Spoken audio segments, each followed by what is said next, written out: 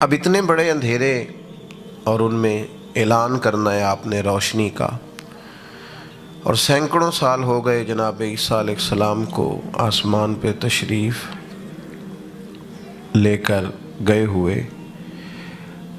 اسلام کا آغاز ہوتا ہے، پہلی وحی نازل ہوتی ہے، تو کہاں سے شروع کیا جائے؟ توحید سے، عورتوں کے حقوق سے، غلاموں کے حقوق سے، بیٹیوں کی بات کی جائے، کہاں سے شروع کیا جائے؟ تو یہ دیکھیے حکمت والے رب کا حکمت والا فرمان، اتنے سارے اندھیروں میں جو زمین آسمان کا پہلا رابطہ ہوتا ہے تو فرمائے اقرا، پڑھیے پڑھیے، اقرا بسم ربک الذی خلق، پڑھیے اپنے رب کا نام لے کر جس نے پیدا کیا۔ گویا پہلی وحی بتاتی ہے کہ دنیا میں جتنے بھی اندھیرے ہیں، جتنی بھی بد عقیدگیاں ہیں، جتنی بھی بد اخلاقی ہے، اس سب کا علاج یہ ہے کہ بندہ پڑھے، تعلیم حاصل کرے۔ علم ہر روشنی کا، ہر اندھیرے کا علاج ہے۔ اس طرح کمرے میں لائٹ بند ہو تو بچھو بھی نکل آیا، چھپکلی بھی نکل آئی، سانپ کا بھی شک پڑ گیا ہے، ہو سکتا ہے اور بھی کچھ درندے ہوں کمرے میں، تو اب آپ ان کو کیسے ڈھونڈیں؟ ہاتھ سے چھوئیں گے؟ کیا کریں گے؟ ڈنڈا پکڑیں گے؟ حل کیا ہے؟ تو یہ سارے درندے کمرے میں اگر اکٹھے ہو جائیں تو ان کا حل یہ ہے کہ کمرے میں روشنی کی جائے۔ اور کچھ درندے تو ایسے ہوتے ہیں روشنی کرنے کی دیر ہے وہ بھاگ جاتے ہیں، بلوں میں چھپ جاتے ہیں۔ علم ایک ایسی روشنی ہے کہ دنیا میں بڑے بڑے درندے ویسے ہی چھپ جائیں گے۔ جب آپ صاحب علم ہو جائیں گے، آپ جب پڑھیں گے، جب مزاج تعلیم کا ہوگا، ہمارے ہاں ابھی تک تعلیم کا مزاج نہیں بنا، ہمارا پڑھنے کا، سمجھنے کا، سیکھنے کا، تربیت کا مزاج نہیں۔ ہمارے ہاں جو لوگ پڑھتے ہیں، میری طرح کے علماء کی بات نہیں کرتا، وہ بھی بڑے مقاصد کے لیے تعلیم نہیں حاصل کرتے۔ آپ کسی بندے سے پوچھیں کیا کر رہے ہو تو کہتا ہے میں بی ایڈ کر رہا ہوں، ایم کام کر رہا ہوں، بی اے کر رہا ہوں، ایف ایس سی کر رہا ہوں، بی ایس سی۔ کیا کرو گے؟ کہتا ہے نوکری کرنی ہے۔ اتنی ڈگریاں لے کے تم پھر بھی نوکری بننا چاہتے ہو؟ او خدا کے بندے، علم تو آدمی کو بادشاہ بناتا ہے، اور آپ کی سوچ کیا ہے؟ نوکری کرنا منع نہیں، لیکن آپ اپنے علم کے عوض نوکری، علم کے عوض نوکری۔ حضرت مفتی جلال الدین صاحب امجدی رحمۃ اللہ علیہ اپنے طلباء کو نصیحت کرتے اور فرماتے، مسجد اور مدرسے میں نائب بن کے رہنا نبی پاک کے، نائب، تم اپنی ذمہ داری کا احساس کرنا۔ جب تک تمہیں اپنی حیثیت کا پتہ نہیں نہ ہوگا۔ اقبال کہتے ہیں عجب نہیں کہ خدا تک تیری رسائی ہو، پر تیری نظر سے تو پوشیدہ ہے آدمی کا مقام۔ تو اپنے اعزاز کو سمجھ، تو پڑھا لکھا ہے، تو عالم ہے، تو کیسے جھک گیا کسی دنیا دار کے سامنے؟ تو کیسے پایا گیا کسی مالدار کے دروازے پر؟ تیرے جملوں میں کیسے کمی آئی اور تو نے کیسے ٹوٹی بات کر دی؟ اور تو نے یہ کس طرح، ہمارے ہاں بعض میری طرح کے، میں بھی الحمدللہ بات کرتا رہتا ہوں، آئمہ کی خدمت کرنی چاہیے، علماء، لیکن بعض دوست اس طرح بات کرتے ہیں اس میں کمزوری چھلکتی ہے۔ آپ کمزور نہ بنیں۔ لوگوں کو تو چھوٹی موٹی ممبریاں ملی ہوتی ہیں، آپ کو تو اللہ نے ممبر رسول عطا فرمایا۔ آپ اپنا اعزاز دیکھیں۔ یہ جو ٹیچر ہے کالج میں، ادارے میں، اسکول میں، مدرسے میں، یہ سمجھے اس کی حیثیت کیا ہے۔ یہ تنخواہ تھوڑی بہت ہونے پر اس کا مزاج اوپر نیچے نہیں ہونا چاہیے، اس کو اپنا منصب سمجھنا چاہیے۔ میں نے کل سارا دن ہاسپٹل میں گزارا ہے، رات کو مجھے پتہ چلا کہ کچھ اور بھی یہاں ہمارے مہمان علماء نے آنا تھا تو نہیں آ رہے۔ مجھے اصرار کیا سب نے کہ آپ چھٹی کریں، ابھی ڈاکٹر آپ کو کہہ رہا ہے۔ تو میں نے کہا یار میرا بھی ایک منصب ہے، اس کا بھی ایک تقاضا ہے، میں نے وعدہ کیا ہے اور پھر یہ ہے کہ میزبان کس کس کو جواب دے گا؟ کچھ تو کہنا ہے تو سدیا ہی نہیں سی ایویں نہ لکھیا سی، اور آپ نے ہمیں جب بندے جمع کرنے کے لیے فلاں فلاں کا ذکر کر لیتے ہو۔ میری آپ بات کو سمجھیے گا، اپنے اپنے منصب کے تقاضوں کا ہم لحاظ کریں، ہم چیزوں کا خیال کریں۔ عالم علم کس لیے سیکھیں؟ اپنے دل کی روشنی کے لیے۔ میرے ایک طالب علم نے مدرسے کے ایک دن مجھ سے پوچھا تھا کہ جمعہ پڑھاتے ہیں، خطیب ہے، مجھے کہنے لگے کہ مجھے کوئی کتاب بتائیں، مطالعہ کہاں سے شروع کروں؟ میں نے کہا پتر، لوگوں کے سنانے کے لیے اگر پڑھنا ہے تو علم نہیں آنا، یہ تو آپ اس لیے پڑھ رہے ہیں نا کہ کچھ دیر پڑھوں گا اور جمعے میں باز کروں گا، تو یہ نہیں آئے گا۔ آپ اپنی تربیت کے لیے پڑھیں، اور آپ پڑھیں، اور اتنا پڑھیں کہ ایک دانشور نے کہا تھا کہ میرے گھر میں تو جس کاغذ میں ہلدی آتی تھی نا، میں اسے بھی پڑھا کرتا تھا کیا لکھا ہوا ہے، میں غور کرتا تھا۔ مطالعہ تو مطالعہ ہے، آپ پڑھیں، اور علم تربیت کے لیے حاصل کریں، بحث کے لیے حاصل نہیں کریں۔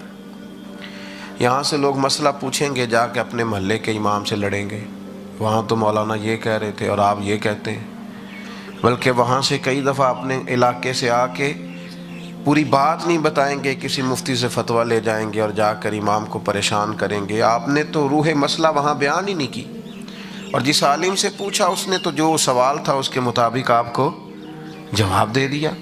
ہم کیا کرتے ہیں؟ الجھاؤ کے لیے چیزوں کو لیتے ہیں۔ الجھاؤ نہیں زندگی میں پیدا کریں، دین کو سیکھیں آپ، اور آپ ایک ذوق بنائیں کہ میں نے اپنی تربیت کے لیے سیکھنا ہے۔ آپ کو لطف آئے گا پڑھنے پڑھانے کا، آپ خود بخود اس میں لطف لینے لگیں گے، مزہ لینے لگیں گے، اور یہ چیز بور نہیں کرے گی۔ جتنے بھی میرے دوست سننے والے بیٹھے ہیں، یہ جمعے والے دن ایک ڈائری بنائیں، اس پہ لکھیں آج مولانا نے کیا بیان کیا۔ حضرت عبداللہ ابن عمر رضی اللہ تعالیٰ عنہ فرماتے ہیں، میں جب بھی حضور کی بارگاہ میں جاتا تھا نا، یہ نوجوان غور کرو یار، کہتے ہیں میں جب بھی جاتا تھا نا، جو میرے کریم فرماتے تھے میں لکھ لیتا تھا، میں اسے لکھتا تھا۔ کتنا کچھ سونا کام ہے حضور کی باتوں کو لکھنا، لیکن اس میں ذائقہ پیدا کرنا ہے، خشک نہیں، اس میں ذائقہ۔ کسی جگہ سرکار نے فرمایا نہیں کہ جب میری حدیث لکھو تو پہلے غسل کرنا، امامہ باندھنا، خوشبو لگانا، حضور نے حکم نہیں دیا۔ لیکن امام بخاری جب بھی حدیث لکھتے تھے پہلے غسل کرتے، پھر خوشبو لگاتے۔ کام جو کرنا ہے تو ذرا اس میں ذائقہ آ جائے نا تو وہ مزہ دینے لگ جاتا ہے۔ آپ کا اپنا کام ہی آپ کو ذائقہ دے گا، اسی میں کیف آ جائے گا، اسی میں وجد آ جائے گا، اسی میں سرور ہو جائے گا، اسی میں لذت آ جائے گی۔ امام مالک رحمۃ اللہ علیہ کے دروازے پہ دستک ہوتی تو کوئی شخص آتا تو امام صاحب پوچھتے کہ اسے پوچھو، فقہی مسئلہ پوچھنا ہے کہ حضور کی کوئی حدیث سننا ہے۔ یہ دیوانگی نہیں، یہ شعوری عشق ہے۔ یہ مست لوگ نہیں تھے، انہوں نے نا اپنا ذائقہ ہی رسول پاک کا دین بنا لیا۔ پیر کا بتایا ہوا وظیفہ بڑی بات ہے، تو کیا حضور کی حدیث کے اندر لذت اور کیف کئی ساری دنیا سے بڑھ کے نہیں ملتا؟ لیکن آپ اس چیز کو اس ذائقے سے لیں تو صحیح۔ ہم نے تو اپنے اسکولوں کی دیواروں پر انگریزوں کے قول لکھ دیے، حدیثیں ساری یاد کرا لی ہیں لوگوں کو۔ بیٹھ جائیں آپ، تشریف رکھیں، تھک جائیں گے۔ کیا ہم نے ساری احادیث اور قرآن مجید یاد کرا لیا جو ہم ادھر چلے گئے؟ میرے عزیز، اس کی لذت لیں، اس کا ذائقہ لیں، اس کا مزہ۔ ابھی آپ مفتی صاحب سے سن رہے تھے کہ مدینہ شریف سے ایک بندہ چل کے دمشق کی جامع مسجد آ گیا۔ یہ تو جب کوئی چلے گا نا کہ میں حضور کی حدیث سننے جا رہا ہوں تو یہ پھر اس کا ذوق بتائے گا کہ کدھر جا رہا ہے۔ تیری تلاش میں پھرا میں جنگل پہاڑ اور دشت میں، اور تینوں لب دیاں آپ گواچے، سانو تے اپنی خبر نہیں کوئی، ساتوں تے پارے نہیں ککھ گلیاں دے، ہن تے آخ دے لوگ شدائی، ننگ نموس دا ساڑے چولا، گل پہنے تاج گدائی، سجنا سا اپنا آپ گوایا تاں یار نے چاتی پائی۔ شعوری لوگ ہیں، تازہ دم لوگ ہیں۔ سنیں جی، امام مالک سے بندے نے آ کے دروازے، پوچھو اس سے مسئلہ پوچھنا ہے، حضور کا فرمان۔ تو کہتا جی فقہی مسئلہ پوچھنا ہے تو امام صاحب فتویٰ لکھ دیتے. گھر وہ کہتا نا حدیث پاک میں نے سننی ہے. میرے جیسا تو مولوی کہتا ہے نا بندے چونکہ تھوڑے آئے سن لہذا میں تقریر نہیں تگڑی تیار کی تھی. بندے ہی اینڈ تے ہوندے نے. یہ امام مالک کا تو لطف دیکھو نا, انہوں نے تو لطف دیکھنا ہے نا. آپ میرے دل آمنہ کے لال کی باتیں کریں. میرا ویسے کبھی کبھی دل کرتا ہے کہ حضور سے جب کسی اکیلے بندے نے آ کے دین پوچھا ہے حضور نے بتایا کہ نہیں, تو آپ کے سامنے شروع میں 5 بندے آ کے بیٹھے ہیں تو آپ کیوں نہیں کھول کے بتاتے؟ پورے 5 بیٹھے ہیں. یہ اپنے لیے اپنے جیسے لوگوں کے لیے بات کر رہا, علماء کے لیے نہیں کر رہا. او بھائی امام مالک سے کہا میں نے حدیث سننی. یہ اپنا لطف ہوتا ہے, آپ اپنا لطف تو قائم رکھیں. کیوں کہا گیا مال کا دار و مدار نیتوں پر ہے؟ آپ کا ذائقہ کسی چیز میں جب لگ جاتا ہے تو وہ مزہ آپ نے خود دوبالا رکھنا ہے. آپ تھکی تھکی باتیں کریں گے تھک جائیں گے. حضرت امام مالک سے کہا حضور حدیث سننی ہے, تو امام صاحب نے کہا اس کو بٹھاؤ ممبر کے سامنے. پھر امام صاحب نے غسل کیا, پھر جبہ پہنا, پھر امامہ باندھا, پھر خوشبو لگائی, پھر ہاتھ میں عصا پکڑا. یہ کیا ہونے لگا ہے؟ میں اپنے کریم کی بات کرنے لگا, میں حضور کا ذکر پاک کرنے لگا ہوں, حدیث پاک بیان. حضرت عبداللہ ابن عمر کہتے ہیں میں سرور کائنات علیہ السلام کی باتوں کو لکھا کرتا تھا, اور میں جو حضور سے سنتا, یہ آپ لکھ کے تو دیکھیں اس میں کوئی ذائقہ ہے. میں جو حضور بیان کرتے میں لکھتا, میں نوٹ بناتا.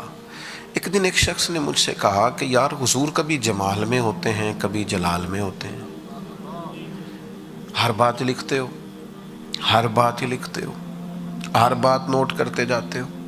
کہتے میں نے لکھنا چھوڑ دیا, پر بے خبر ہو جو غلاموں سے وہ آقا کیا. اتنے بھرے مجمع میں محبوب دیکھ لیا کرتے کون کس طرح آتا ہے, کس طرح بیٹھتا ہے, کس طرح کس رنگ میں اس کا طرز ہے آنے جانے کا. کریم محبوب علیہ السلام نے بلایا, فرمایا عبداللہ آپ لکھا کرتے تھے چھوڑ کیوں دیا؟ گویا کریم کو پتہ ہے. حضور کو, ادھر دیکھو میری طرف, جن کا عقیدہ ہے نا کہ حضور کو پتہ ہے اور حضور ہمیں دیکھ رہے ہیں, ان کی ذمہ داری زیادہ ہے. وہ اپنی تنہائیاں بھی پاک کریں, انہیں تو زیادہ باحیا ہونا چاہیے, اس لیے کہ تیرا عقیدہ ہے وہ تجھے دیکھ رہے ہیں.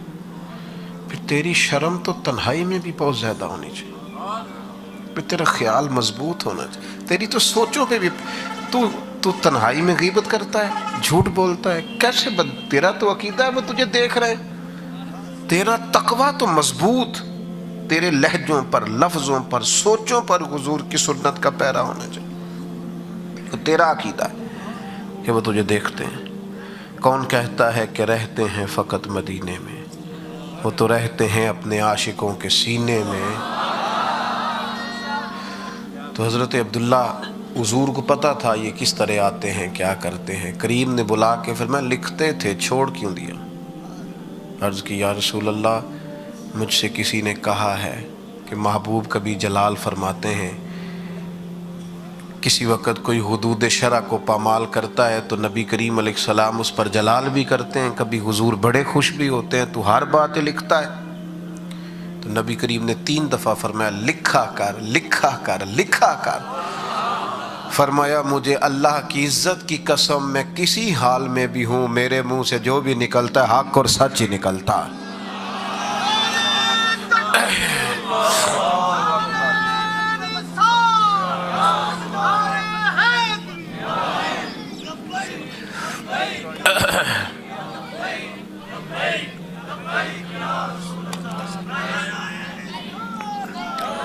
آپ مزاج بنائیں تعلیم و تعلم کا. اور نبی پاک علیہ السلام نے دعا مانگی ہے, کہا ہے اللہ مجھے اس علم سے بچانا جو علم تو ہو پر نفع نہ دے, علم تو ہو پر باتیں بڑی آتی ہوں پر نماز کے ٹائم چھپتا ہو,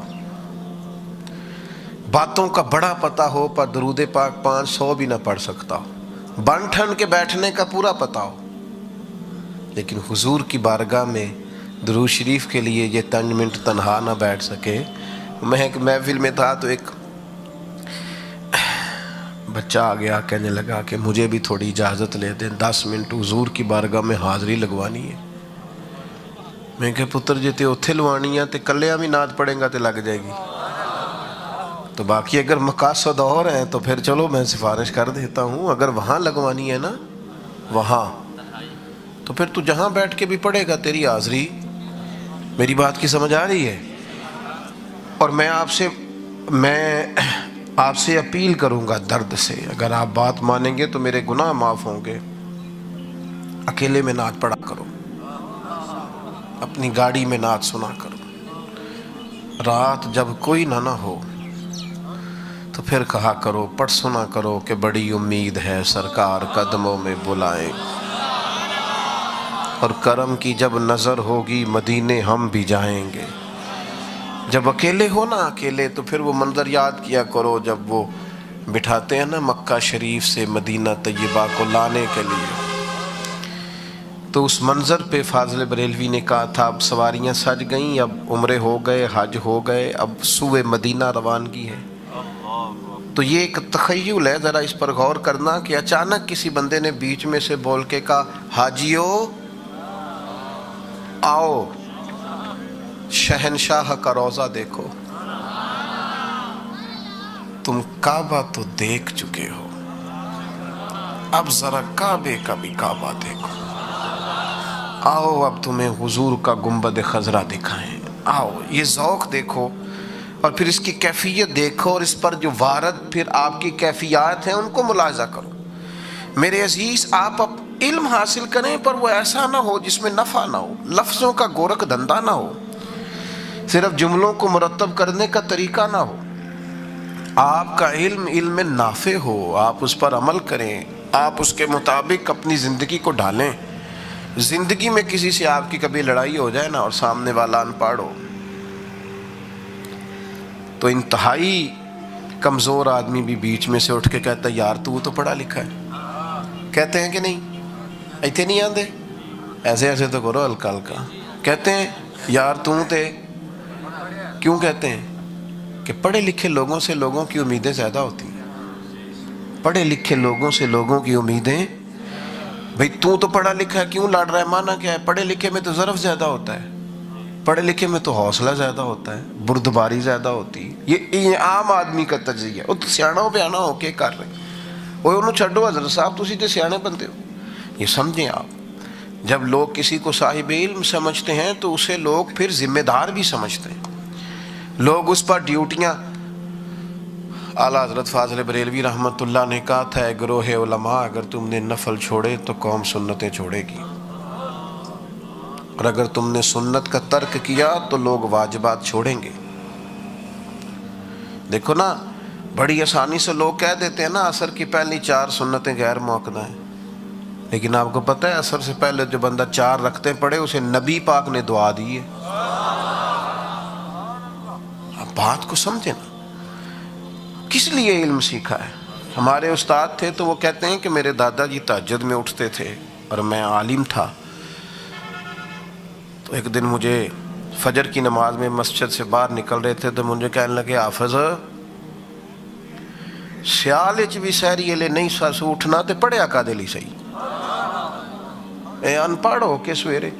میرے جیسے مولوی تو ویسے ہی حدیث یاد کر لیتے ہیں نا کہ نبی پاک نے فرمایا کہ عابد عبادت کرتا رہے اور عالم عشاء سے فجر تک سوتا بھی رہے تو پھر بھی درجہ عالم کا زیادہ ہے۔ او بھائی یہ تو حدیث بالکل ٹھیک ہے، پہلے تو بتا تو سمجھتا ہے اپنے آپ کو عالم، پہلے یہ بتا، اور پھر یہ بتا اگر تو کہے میں سمجھتا بھی ہوں تو یہ حدیث امام اعظم کو بھی تو آتی تھی نا، غوث اعظم جیلانی کو بھی آتی تھی، اور ان سے بڑا عالم بھی کوئی نہیں، لیکن ان کے تو مسلح آباد رہے، ہمیشہ آباد رہے۔ تو علم وہ جو نفع بخش ہو، اس میں فائدہ ہو۔ ہمارے استاد صاحب جب کچھ طلباء فارغ ہوتے تو ان میں جو قابل ہوتے ان کی ذمہ داری مفتی صاحب جانتے ہیں کہ جو ذرا قابل طلباء ان کو تدریس پہ لگایا جاتا ہے، اسباق دیے جاتے ہیں۔ تو کچھ طالب علموں کو اسباق آپ نے عطا کیے تو ساتھ فرمانے لگے بیٹا کسی طالب علم کی ضد نہیں پیدا کرنی، تو ایک دوست نے سوال کیا طالب علم کی بھی ضد ہوتی ہے؟ فرمانے لگے کسی وقت کوئی طالب علم غلطی کی، آپ نے سزا دی، پھر اس نے کمیٹی کو بتایا، پھر گھر بتایا، آپ کی شکایت لگائی، آپ کو تکلیف ہوئی، بعض اوقات بندہ دل میں ضد پیدا کر لیتا ہے، تو فرمانے لگے اسے نادان ہی سمجھنا، اسے بچہ ہی سمجھنا بیٹا تھا بھول گیا ہے، سمجھنا اس نے غلطی کر لی ہے، ایسا نہ ہو کہ تمہاری ضد ہو اور اس کا مستقبل سارا خراب ہو جائے۔ یہ صاحبان علم کی ذمہ داریاں ہیں، اور میں اور آپ ہر جدید چیز سے ہم فائدہ اٹھا رہے ہیں۔ واٹس اپ کرنے ہم نے سیکھ لیے، اسٹیٹس لگانے ہم نے سیکھ لیے، فوٹو چڑھانی ہم نے سیکھ لی، لائکس کومنٹس دیکھنے ہم نے سیکھ لیے، سب پتہ ہے ہمیں۔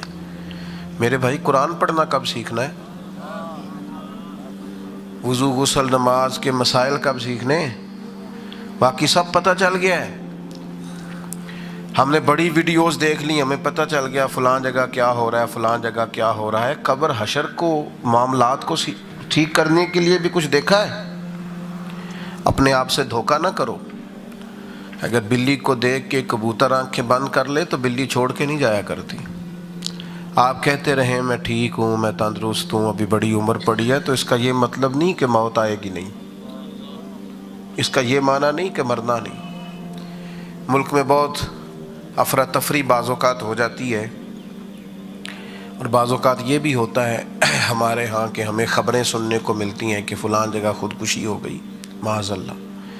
میں دوستوں سے گزارش کرتا ہوں کہ آپ اپنے نوجوانوں کو عقیدہ توحید و رسالت سمجھائیں تو صحیح، انہیں عقیدہ آخرت سمجھائیں تو صحیح، انہیں کہیں کہ قبر دوزخ کا گڑھا ضرور ہے پر فاسق فاجر کے لیے۔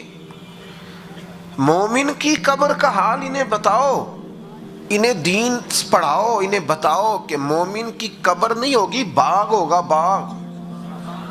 ایک منٹ کے لیے سوچو، مرنے کے بعد جس کو باغ میں جانا ہے وہ ڈرے گا باغ میں جانے سے، اور باغ بھی معمولی نہیں، جنت کے باغوں میں سے باغ، اور باغ اتنا سونا جس میں پہلی زیارت ہی مدینے والے رسول کی نصیب ہو۔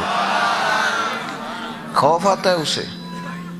آج پھولے نہ سمائیں گے کفن میں آسی، کیونکہ قبر کی رات ہے ان سے ملاقات کی رات، اور پس مردن فرشتوں نے جو تلاشی لی تو کیا نکلا؟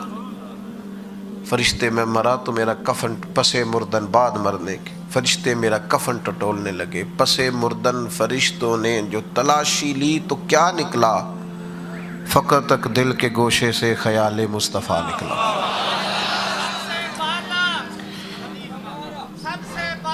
سنیں جی، میں اپنی بات سمیٹنے لگا ہوں، اللہ آپ کو جزا دے۔ میری بات پر غور فرمائیے گا۔ ایک تو مزاج علم کا، اور علم نفع والا، تربیت والا، اور آخری گزارش یہ ہے، میں کچھ زیادہ باتیں کرتا آپ سے، لیکن آپ میری طبیعت پر بوجھ دیکھ ہی رہے ہیں۔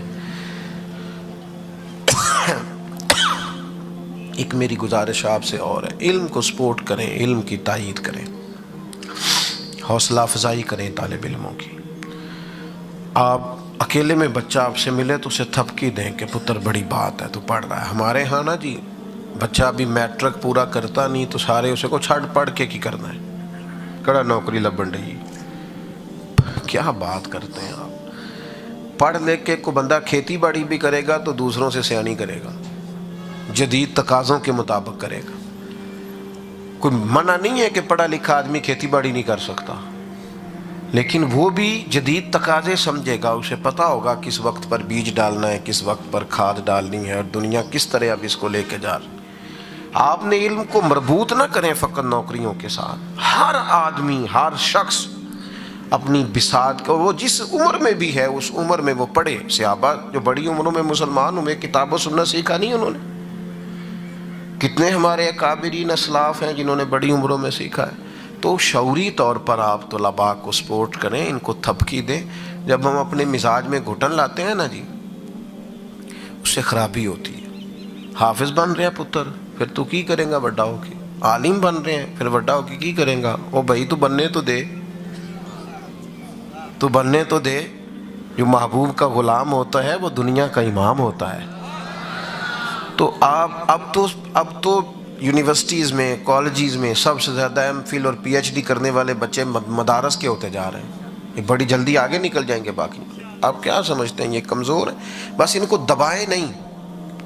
ہم تھوڑا نا دبا کے رکھتے ہیں. او پترو تو مدرسے کا بچہ ہے تو کرکٹ پہ کھیلنا ہے، یہ نہیں کھیل سکتا، اس کو منع ہے. یہ بچہ کھیلے بھی نہ. کیوں ایسی باتیں کرتے ہیں؟ وہ مجھے ایک دن ایک دوست نے کہا تو وہ 4-5 مدرسے دے بچے نا جی اتنے برگر کھا رہے سن. تو میں کیا تو کدی کھادا ہے؟ کہتے میں بھی کھادا ہے. تو میں کہ جیڑی چاہے تینوں جائز ہے انہاں بچیاں نو کیوں نہ جائز ہے؟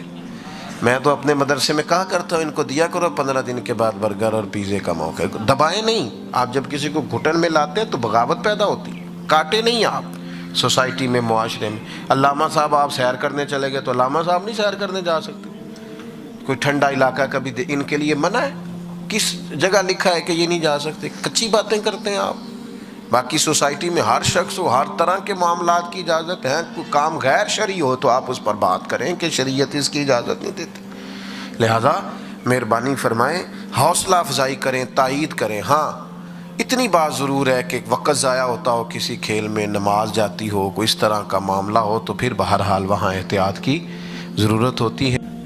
کبھی یہ لطف ہمارے بچوں کو نا سکے جمع کرنے کا شوق ہو جاتا تھا. بعض لوگوں کو سیاحت کا شوق ہو، اس کے لیے پیسے نہیں جمع کرتے بندہ. ماں باپ کو مناتا نہیں. اگر اندر پانی لوڑ نہیں ہرا نو راہ بنا دی، جذبہ آ جائے تو پھر جذبہ کبھی پوچھتا ہے میں نے کدھر جانا ہے؟ سیلاب نے کبھی رستہ پوچھا ہے؟ وہ آتا ہے تو آ جاتا ہے. اگر شوق ہو نبی پاک کی حدیث یاد کرنے کا، اگر دل میں وہ ذوق ہو، میرے نبی پاک علیہ السلام نے فرمایا، دعا دی حضور نے فرمایا، اللہ ان لوگوں کے چہروں کو چمکتا رکھنا، ان کے چہروں کو چمکتا رکھنا جو میری حدیثیں یاد کرتے ہیں پھر آگے سناتے ہیں. ایک بزرگ تھے حضرت شاہ بقی الدین ابن مخلد، کہتے میں اپنے استاد صاحب کے پاس پڑھتا تھا. یہ ہیں ہمارے صوفیاء، یہ ہیں جن لوگوں کے عرس منانے چاہیے. میں پڑھتا تھا تو میرے استاد صاحب مجھے کہنے لگے بیٹا تیرے اندر جذبہ زیادہ ہے اور یہاں میں تجھے اتنا وقت نہیں دے پاؤں گا، تو بغداد شریف امام احمد بن حنبل کے پاس چلا جائے. آج کل تو مدارس میں پڑھنے والے بچوں نے اپنے مدرسے کے علاوہ باقی مدرسوں کا زیادہ حساب رکھا ہوتا ہے. وہاں کیا چل رہا ہے، کیا ہو رہا ہے، کیا پڑھایا جا رہا ہے. پڑھنا نہیں نہ ہوتا، وقت ضائع کرتے. شاہ بقی الدین کہتے ہیں میں امیر گھر کا بچہ تھا لیکن شوق لگ گیا کس بات کا کہ حضور کی حدیث سیکھنے کی. میں نے اپنے نبی کی باتیں یاد کر لی ہیں. شاعروں کے شعر کتنے یاد کرتے ہو، اقوال اتنے یاد کرتے ہو، کہاوتیں اتنی یاد کرتے ہو، قرآن کی آیات کیوں نہیں یاد کرتے؟ نبی پاک علیہ السلام کی احادیث مبارکہ کو حفظ کیوں نہیں کرتے؟ فرماتے مجھے لو لگ گئی، اب میں بغداد کے رستے پہ چلا، دریا میں بیٹھا تھا، طوفان آ گیا، کشتی ٹوٹ گئی، ایک جزیرے پہ جا لگا میں بڑی مشکل سے، مہینہ بھر پتے کھائے، پر جذبہ یہ تھا واپس نہیں جانا، جانا ادھر ہی ہے جہاں سے مجھے حضور کی حدیثوں کا فیض ملے گا.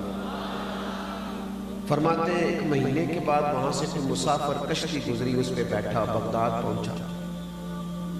وہی پرانے کپڑے، پھٹا پھٹا لباس، مہینے بھر کی تکلیف. اب جب بغداد شریف پہنچا تو پتہ چلا کہ امام احمد بن حنبل کا تو مدرسہ ہی بند ہو گیا. بادشاہ ناراض ہو گیا، مدرسہ بند کر دیا. امام صاحب تو قید میں ہیں، ان کے گھر کو جیل بنا دیا گیا، وہ نظر بند ہے. جذبہ تھا حضور کی حدیث سیکھنے کا. اے کاش یہ جذبہ کبھی لگ جائے. میری ملت کا جوان کہے نہیں رات کو ایک حدیث یاد کر، نہیں میں نے ایک روایت ضرور اپنے سینے میں محفوظ کرنی ہے، میں اپنے سینے کو بھروں گا کتاب و سنت سے. فرماتے ہیں کہ پورے شہر کے اندر فوج گھومتی ہے، پولیس کھڑی ہے، کوئی مجھے امام احمد بن حنبل کے گھر کا پتہ بھی نہیں بتاتا. فرماتے ہیں ایک شخص کی میں نے منت کی، میں نے کہا میرا چہرہ دیکھ میں کتنی دور سے آیا، کوئی مہربانی کر، میں دنیا کے مال کا سوال ہی نہیں، حضور کی حدیث کی خیرات چاہتا ہوں. امام صاحب کا گھر بتا دے. وہ کہنے لگا بڑا سخت پیرا ہے، میں انگلی کا اشارہ نہیں کر سکتا. میں نے کہا چل آنکھ کا ہی کر دے. کہتے وہ مجھے ان کی گلی میں لے گیا اور آنکھ کے اشارے سے کہنے لگا وہ گھر ہے. آنکھ کے اشارے سے آپ فرماتے ہیں کہ میں اس گھر گیا، اس گھر کو میں دیکھ آیا۔ اب میں نے سوچا میں نے امام صاحب تک پہنچنا کیسے ہے، چونکہ باہر تو پولیس کھڑی ہے، یہ شوق اگر کبھی لگ جائے تو پھر صحیح حدیث میں ہمیں ملتا ہے کہ ایک صحابی کو پتہ چلا تھا یا تابعی تھے، انہیں پتہ چلا تھا کہ نبی پاک کی ایک حدیث ہے، پر بندہ دمشق میں ہے، تو وہ مدینے سے گھوڑے پہ بیٹھ کے صرف حضور کی ایک حدیث سیکھنے آ گئے۔ یہاں تو ہر جمعے مفت سنائی جاتی ہے نا، اور خطیب صاحب کہتے ہیں بس ٹائم پہ آ جایا کرو، لیکن وقت نہیں، گنجائش نہیں۔ دوستو یہ ذوق علمی بالخصوص ملت کے جوانوں میں پیدا ہونا بڑا ضروری ہے۔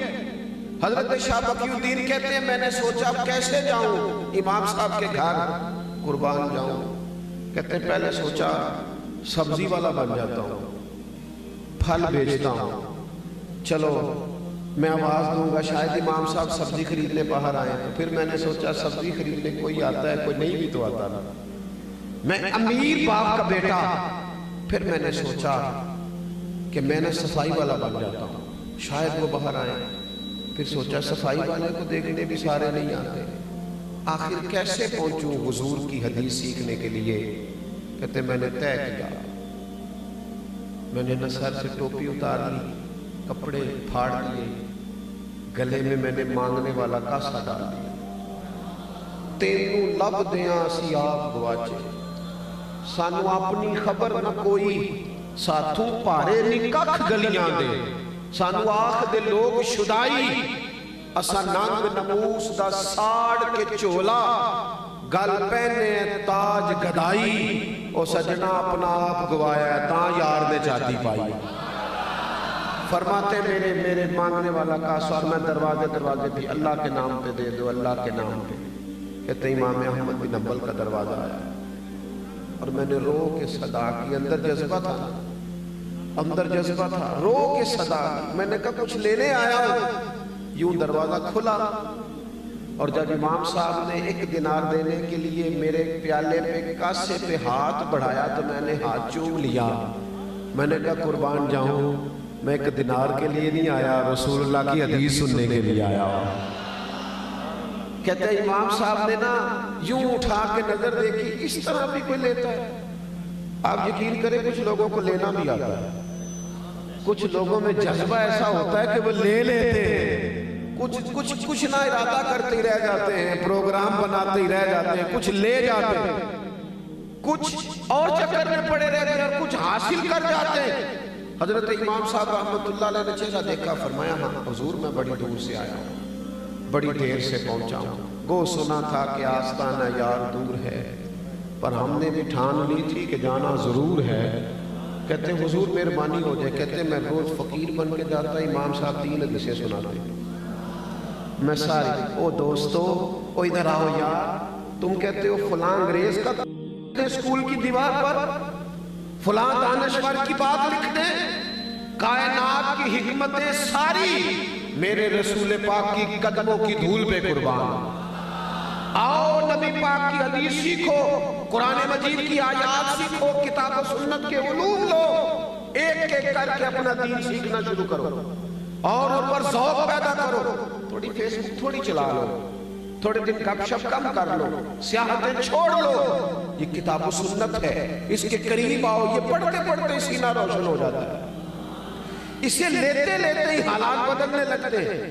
کہتے ہیں میں کتنا عرصہ فقیر بن کے جاتا رہا، پھر حالات بدل گئے، حالات بدل جایا کرتے ہیں، حالات بدل جایا کرتے ہیں۔ حالات کے سہمے ہوئے لوگوں کو بتا دو حالات بدل جاتے ہیں، ایک جیسے نہیں رہتے۔ فرماتے میں امام صاحب حالات بدل گئے، امام صاحب کا مدرسہ کھل گیا، بلکہ جو نیا بادشاہ آیا اس نے بڑا بنا کے دیا۔ اب جب امام صاحب بیٹھ گئے مسند پہ تو ہم نے بھی کپڑے بدل لیے۔ فرماتے جب پہلے دن میں مدرسے میں گیا تو باقی شاگرد بیٹھے تھے، مجھے دیکھ کے امام صاحب اٹھ کے کھڑے ہو گئے، فرمانے لگے بڑی دنیا نے پڑھا ہے پر جو تو نے پڑھا ہے، ایک تو اپنے اندر وہ ذوق علم کا، اور دوسری بات مومن کہتے ہی باعمل کو ہے، گورکھ دھندا نہ کرو، لفظوں کا ہیر پھیر نہ کرو۔ ہر بندہ سیانا ہے، ہر بندے کو پتہ ہے عمل کون کرے گا۔ ہم اگر کبھی کو بات سنتے سیکھتے ہیں تو صرف اس لیے کہ دو بندے ملیں گے تو انہیں سنا دوں گا، دوسروں کو نصیحت کروں گا۔ میرے نبی پاک علیہ السلام کا سارا دین عمل کے لیے آیا، عمل کے لیے۔ جب تک انسان عمل نہیں کرتا وہ دو کشتیوں کا مسافر ہے۔ جب تک وہ نرا عالم ہوتا ہے اور عامل نہیں ہوتا اتنی دیر تک وہ اپنے ضمیر کا قیدی ہوتا ہے۔ وہ بیٹا بیٹھ جاؤ، میں پیسے لینے آئے، اللہ آپ کو خوش رکھے، تشریف رکھے، مہربانی کرے، کچھ تقریرہ مفت بھی سن کے دیکھا کرو کہ نہیں ہوتی، اللہ آپ کو سلام۔ آپ جو اتنے سارے لوگ آئے ہیں، اگر میرے دل میں پھر بھی یہی خیال ہو، اتنی محبت، اتنا پیار، میں بتا نہیں سکتا صبح سے مجھے ان علاقوں سے فون کتنے گئے ہیں کہ یہ صرف ملنا ہی ہے۔ تو جس سے اتنا پیار کیا جائے وہ پھر 20-40 ہزار کا لالچ پیدا کرے تو اس سے زیادہ کمینہ بھی کوئی نہیں۔ جس سے اتنا پیار کیا جائے لوگ راہیں بچھائیں، سانو تخت ہزارے ریلوڑ کی نالے کی لگے شہر بمبول دے نال اسی اپنی بال کے سیکھنے ہیں، سانو کی لگے کسے اور دے نال، اور کرو مدح اہل دول رضا، پڑے اس بلا میں میری بلا، میں گدا ہوں اپنے کریم کا، میرا دین پارا اعلان ہے۔ آپ توجہ کریں اگر میری بات کو سمجھیں گے، دین عمل کے لیے، عمل کے لیے، دین کردار بدل دیتا ہے، سوچ بدل دیتا ہے۔ رب فرماتا ہے وَعِبَادُ الرَّحْمَنِ الَّذِينَ يَمْشُونَ عَلَى الْأَرْضِ هَوْنًا، رحمان کے بندے زمین پر عاجزی سے چلتے ہیں، ان کے مزاج بدل جاتے ہیں، ان کے تیور بدل جاتے ہیں، ان کے لہجوں میں حسن آ جاتا ہے، تواضع آ جاتا ہے، ان کی زندگیاں پھر الجھاؤ والی نہیں رہتی، وہ سارا دن سیاسی پیچ و تاب کا شکار نہیں ہوتے۔ وَإِذَا خَاطَبَهُمُ الْجَاهِلُونَ قَالُوا سَلَامًا، اگر کوئی جاہل الجھنے بھی لگے تو سلام کر کے گزر جاتے ہیں۔ ان کے لہجوں میں خوبصورتی ہوتی ہے، ان کے انداز بدل جاتے ہیں، وہ لوگ ایک اور رخ اختیار کر جاتے ہیں، زندگی عمل والی ہو جاتی ہے اپنے کردار میں۔ دیکھو آپ بڑی تعریفیں کریں جا کے اپنے پیر صاحب کی گالی، اپنے استاد صاحب کی، لیکن اگر آپ بیوی کو گالی دیں گے نا تو آپ سے کہے گی اے سکھایا تینے تیرے پیر صاحب۔ آپ جو جا کے کہیں اپنے کلیگ سے دفتر میں کہ میں فلاں محفل سے ہو کے آیا ہوں، لیکن 2 منٹ کے بعد وہ دیکھے کہ آپ تو کام چوری کر رہے ہیں، تو کہے گا ایسا کہا سی راتی مولوی صاحب نے عمل۔ امام جعفر صادق رضی اللہ تعالیٰ عنہ سے ایک شخص نے کہا حضور میں دین کی تبلیغ کرنا چاہتا ہوں، کوئی نسخہ بتائیں، تو فرمانے لگے بڑا سادہ سا نسخہ ہے، تو دین پہ عمل کرنا شروع کر دے، دین کی تبلیغ ہونی شروع ہو جائے گی۔ دین تو عمل کے لیے ہے، کردار میں تبدیلی کے لیے۔ کہ میں نے آپ کو حدیث پڑھ کے سنائی نا، نبی پاک نے فرمایا تمہارے غلام تمہارے بھائی ہیں۔ آج جو بڑے انسانی حقوق کی بات کرتے ہیں نا، ان کے ملازموں سے پوچھ کے دیکھو حال کیا ہے۔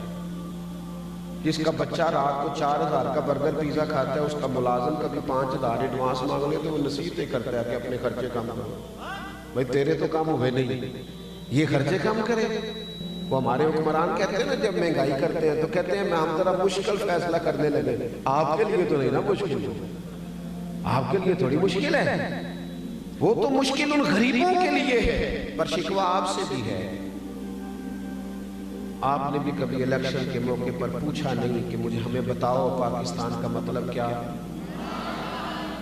ان سے پوچھو نا کہ یہ بھی تم نے کبھی نعرہ لگایا ہے، اس کا بھی تمہیں پتہ ہے؟ کبھی ان سے پوچھو، ان سے کہو تم تو الیکشن جہاں لڑتے ہو رہائش جا کے لاہور میں کرتے ہو، ان سے پوچھو الیکشن جہاں ہوتا ہے رہائش تمہاری اسلام آباد میں ہوتی، آؤ نا انہی سڑکوں پہ کرو تم بھی انہی بسوں میں سفر، تو پتہ چلے کہ جب بچے کی فیس کا دن آتا ہے تو پھر ابا رات کو کرتا کیا ہے۔ انہیں کہو آؤ کسی سرکاری ہسپتال کے باہر آ کے بیٹھو تھوڑی دیر اور پوچھو حالات کیا ہے۔ آؤ کسی پرائیویٹ ہاسپٹل میں جہاں میت لینے سے پہلے بھی وہ کہتے ہیں کہ اللہ ماشاءاللہ سب کی بات نہیں کرتا، کہتے ہیں پہلے بل جمع کرا دو اس کے بعد تمہیں فارغ کر دیا جائے۔ تمہیں کیا خبر ہو، محلوں میں پلنے والے کوئی خبر رکھ سکتے ہیں؟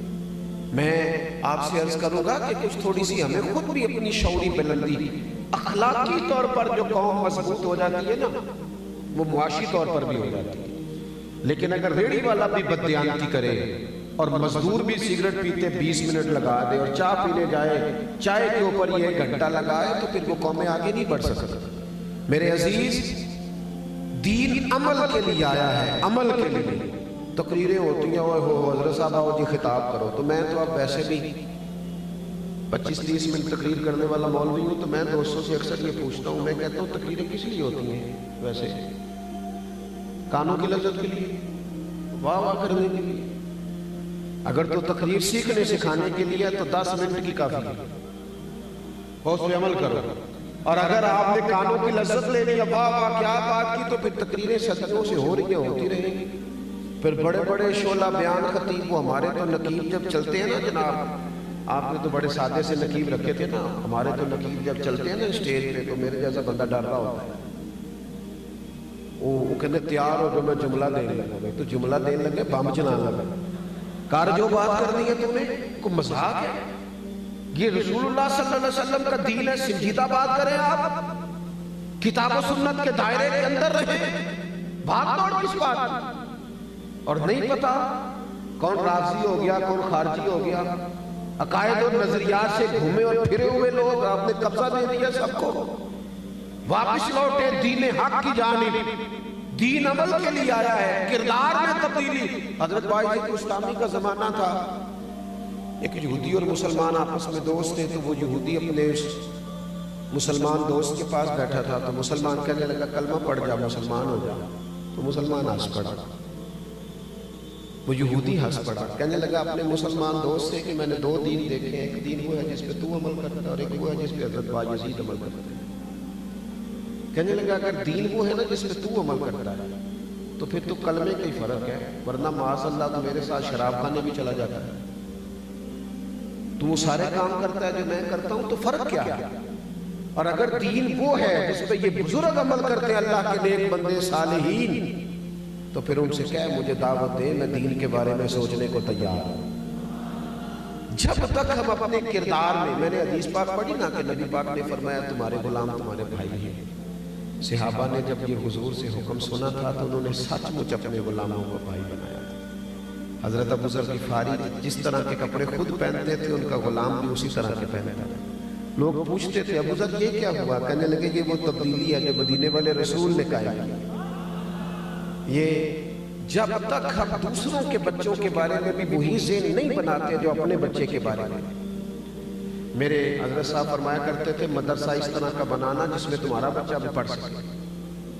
آج کل لوگ بات سناتے ہیں نا جی، تقویٰ سنا رہے ہوتے ہیں بعض محتمے میں، اللہ ماشاءاللہ ہم نے کبھی مدرسے کی روٹی نہیں کھائی، تو میں کہتا ہوں آپ تقویٰ بدل لیں، آپ وہی کھایا کریں جو مدرسے سے ہوتی ہے، آپ کو پتہ چلے بیچارے بچے کیا کھاتے ہیں، آپ کو سمجھ آئے۔ آپ کے ہاں تو انواع و اقسام کے لنگر ہیں، روز جلسے ہیں، محافل ہیں، لیکن وہ جو دین کے نام پہ آیا اس کا جو حشر کیا جا رہا ہے وہ اس کا جواب دینا ہے اللہ کی بارگاہ میں قیامت کے دن۔ ہم جو اپنے بچوں کے بارے میں سوچتے ہیں وہ پڑوسی کے بچے کے بارے میں کیوں نہیں سوچتے؟ اپنے دیگر اعزاء و اقرباء کے بچوں کے بارے میں کیوں نہیں سوچتے؟ اپنے ملازمین کے بچوں کے بارے میں کیوں نہیں سوچتے؟ اسلام کردار و عمل میں تبدیلی کی بات کرتا ہے، فکری انقلاب برپا کرتا ہے، سوچوں کو بدل دیتا ہے، نظریاتی مسلمان بناتا ہے۔ نظریاتی نعروں کی حد تک اور گفتگو کی حد تک کوئی شخص چمکے تو وہ تو ساری دنیا چمک رہی ہے۔ حضرت مولا علی شیر خدا کرم اللہ تعالی وجہ الکریم اپنے غلام کو لے گئے بازار، کہنے لگے چل کپڑے خریدنے جانا ہے۔ غلام کو یہاں تو ڈرائیور جو ہوتا ہے نا اس کو لوگ کھانے میں ساتھ نہیں بٹھاتے، تو ڈرائیور کی روٹی کو ٹھکا دیا، حالانکہ صاحب گاڑی میں سو رہے تھے، ڈرائیور ہی ہے جو خیریت سے لے آیا ہے، لیکن وہ کہہ رہے ہیں کہ اس کی کھانا ادھر بھیج دو، وہ ہمارے ساتھ نہیں بیٹھ سکتا۔ حضرت مولا علی شیر خدا اپنے غلام سے فرمانے لگے چل بازار چلے۔ بازار گئے، دونوں کپڑے خریدے، ایک جوڑا مہنگا تھا ایک سستا تھا۔ غلام کہتا ہے میں سمجھ گیا مہنگا جوڑا آقا کا ہے، سستا غلام کا ہے۔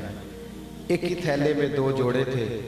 پھر وہ چوک آ گیا جہاں سے مجھے اپنے گھر جانا تھا، حضرت علی کو اپنے کاشانہ نور میں جانا تھا۔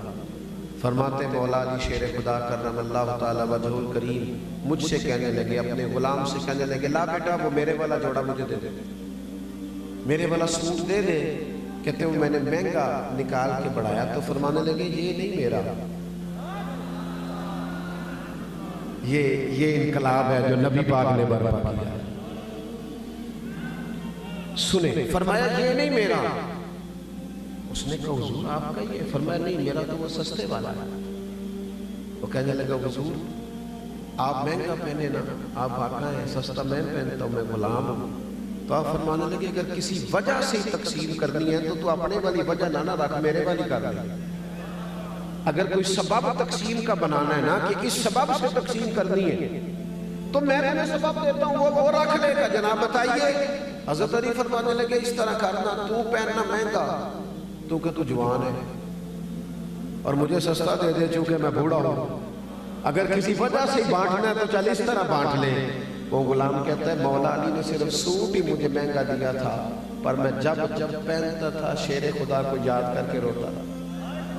وہ جو خیر میرے ساتھ کی تھی وہ غریب تو خالی عزت سے راضی ہو جاتا ہے، لیکن ہم نے یہ کام کیا نہیں، ہم یہ لہجے اپنائے نہیں۔ نہ وزیروں نے عزت دی غریبوں کو، نہ پیروں نے عزت دی، الا ماشاءاللہ۔ ہم نے معیار ہی کچھ اور بنا دیا۔ مومن وہ ہوتا ہے جس کے کردار میں، عمل میں، اٹھنے بیٹھنے میں، لب و لہجے میں تبدیلی آیا، جس کا طرز مسلمانوں والا، طریقہ کار اہل ایمان والا، اور تیسری بات اس میں اخلاص ہو، للہیت ہو۔ آپ دنیا کو دکھانے کے لیے جب کام کرتے ہیں تو آپ اداکار بن جاتے ہیں۔ اداکاری جو ہوتی ہے وہ کر کر کے بندہ تھک جاتا ہے۔ یہ جو اخلاص ہوتا ہے یہ نارمل زندگی ہوتی ہے، روٹین کی لائف۔ آپ جو اوپر سے ہیں وہی اندر سے۔ یہ ریاکاری، یہ دکھاوا، لوگ مجھے دیکھ لیں، میری فوٹو آ جائے، کسی کو پتہ چل جائے، کسی کو خود ہی بتا دینا اللہ کا شکر ہے جی اتنی دیر سے میں خدمت کر رہا ہوں۔ تو نہ بول یار، خدمت کو بولنے دے۔ میں اتنی دیر سے کام کر رہا ہوں، تو نہ بول، کام کو بولنے دے۔ خوشبو بتایا نہیں کرتی، خوشبو تو آیا کرتی ہے۔ تو بول رہا ہے اس کا مطلب ہے تجھے ضرورت پڑی ہے بولنے کی۔ اخلاص، للہیت۔ شوہر خرچہ پورا نہ دے تو بیوی گزارا کر لیتی، سادے کپڑوں میں رہ لیتی، تلخی بھی سہ لیتی۔ لیکن اگر اسے پتہ چل جائے نا میرے ساتھ مخلص نہیں، کہیں اور بھی نظر ہے، تو پھر گزارا۔ اس کا مطلب ہے اخلاص نہ ہو تو گھر نہیں چلتا، تو پورا دین کیسے چلے گا؟ ہمارے یہاں یہ نظام بن گیا کہ اخلاص ڈھونڈنا پڑتا ہے، مخلص ہو کر کام کرے، مخلص ہو کر۔ یہ ہمارے ملک میں سیلاب آیا، کوئی اتنا بڑا مسئلہ نہیں تھا اتنے سارے سرمایہ داروں کے لیے، بڑے بڑے وزیروں کے لیے، لیکن ہماری ترجیحات کچھ اور ہے۔ ہماری ترجیحات سیٹ ہے، ہماری ترجیح اپنا حلقہ ہے، ہماری ترجیح یہ ہے کہ لوگ مجھے کیسے اچھا جانیں۔ ہماری ترجیحات بدل گئی ہیں۔ جب اخلاص ہوتا ہے نا للہیت، اس میں درد ہوتا ہے، اس میں سکون ہوتا ہے۔ جب آپ مخلص ہو جاتے ہیں تو خدمت کرنے میں مزہ آتا ہے، اللہ کے بندوں کا پیار خود بخود آ جاتا ہے۔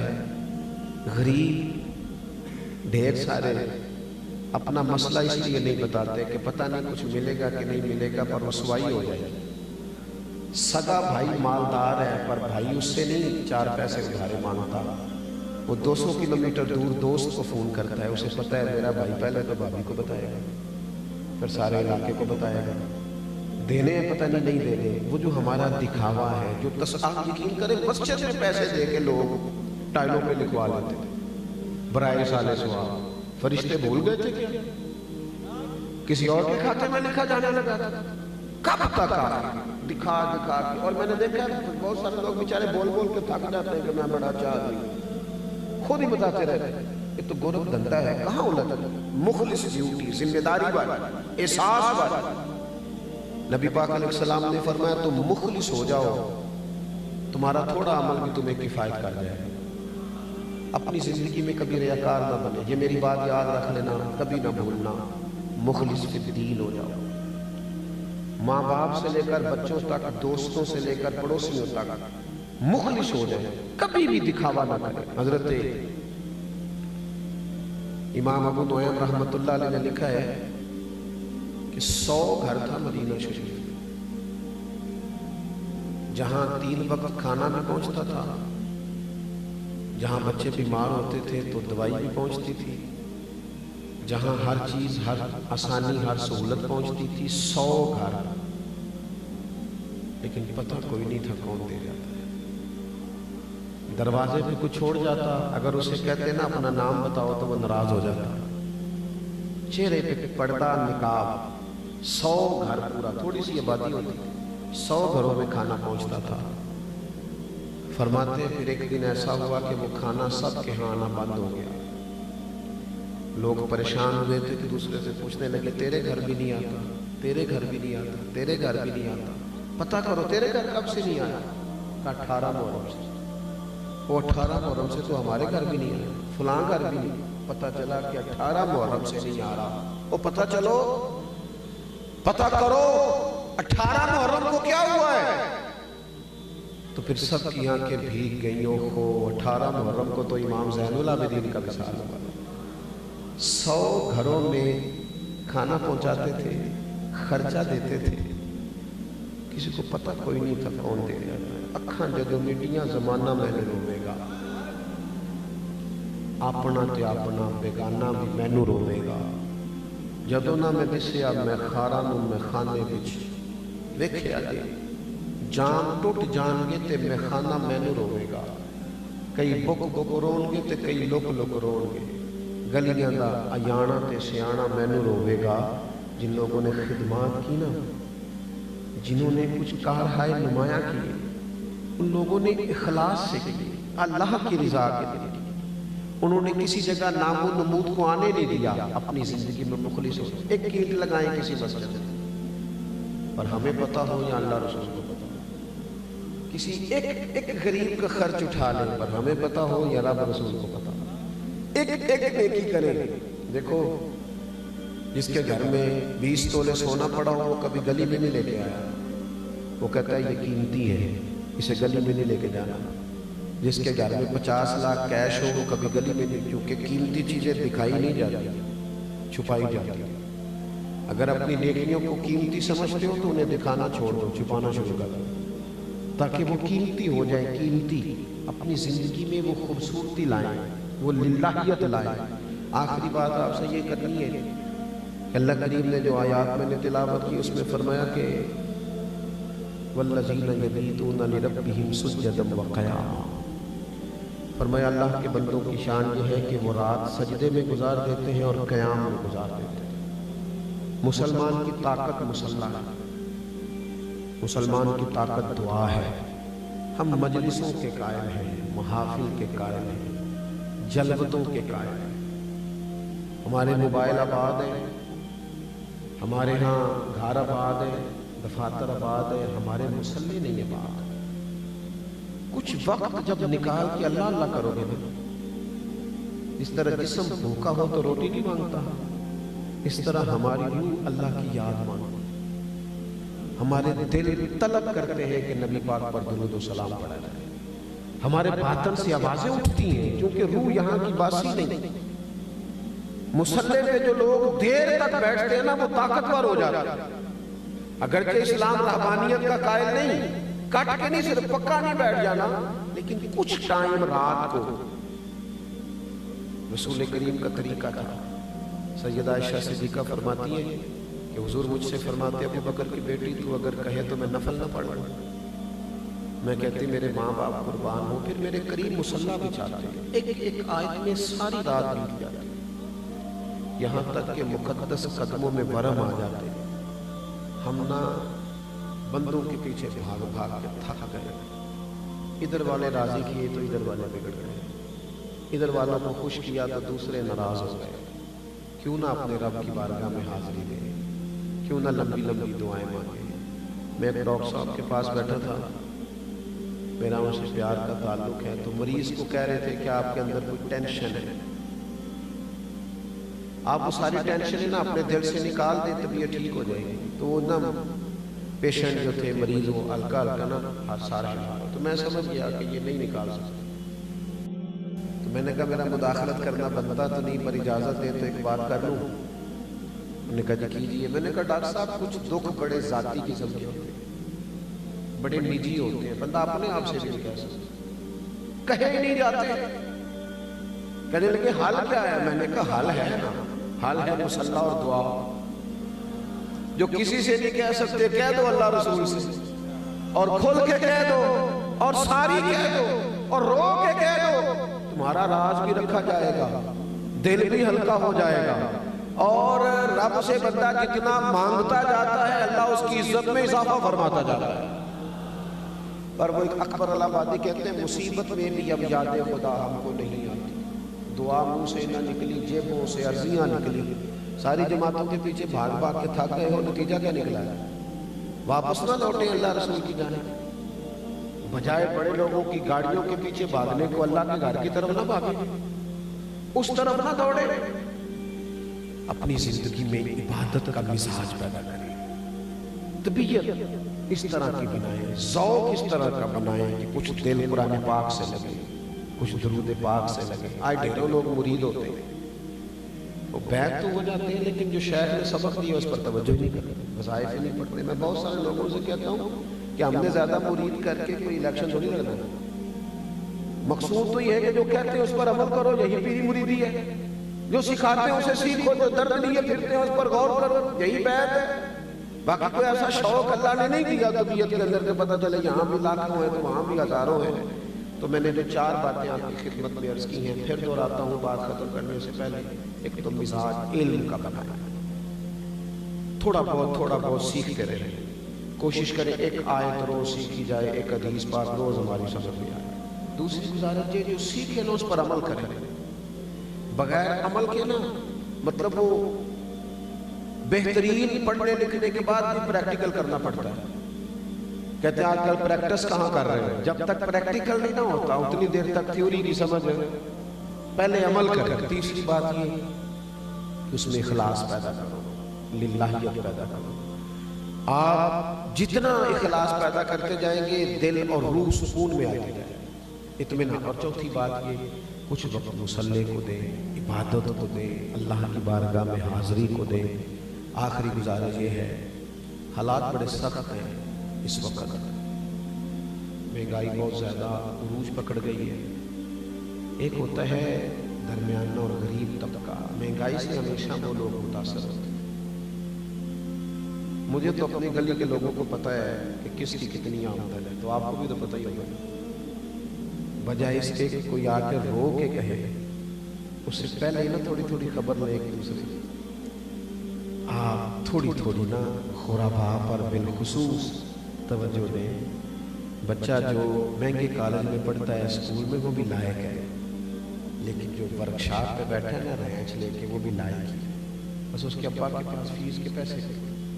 ہم نا ادھر ادھر بڑا پیسہ ضائع کرتے ہیں، تھوڑے سے اپنے اخراجات کو کم کریں، اور جو ہمارے دائیں بائیں غرباء ہیں ان کی اشک شوئی کریں۔ غریبوں کی اگلی نسل کو بھی غریب ہی نہیں رکھنا، اتنی تو توجہ کر دیں کہ چلو جو آنے والی نسل ہے وہ تھوڑی اپنے پیروں پہ کھڑی ہونی شروع۔ کیوں اتنی امیدیں لگاتے ہیں آپ بڑے لوگوں سے؟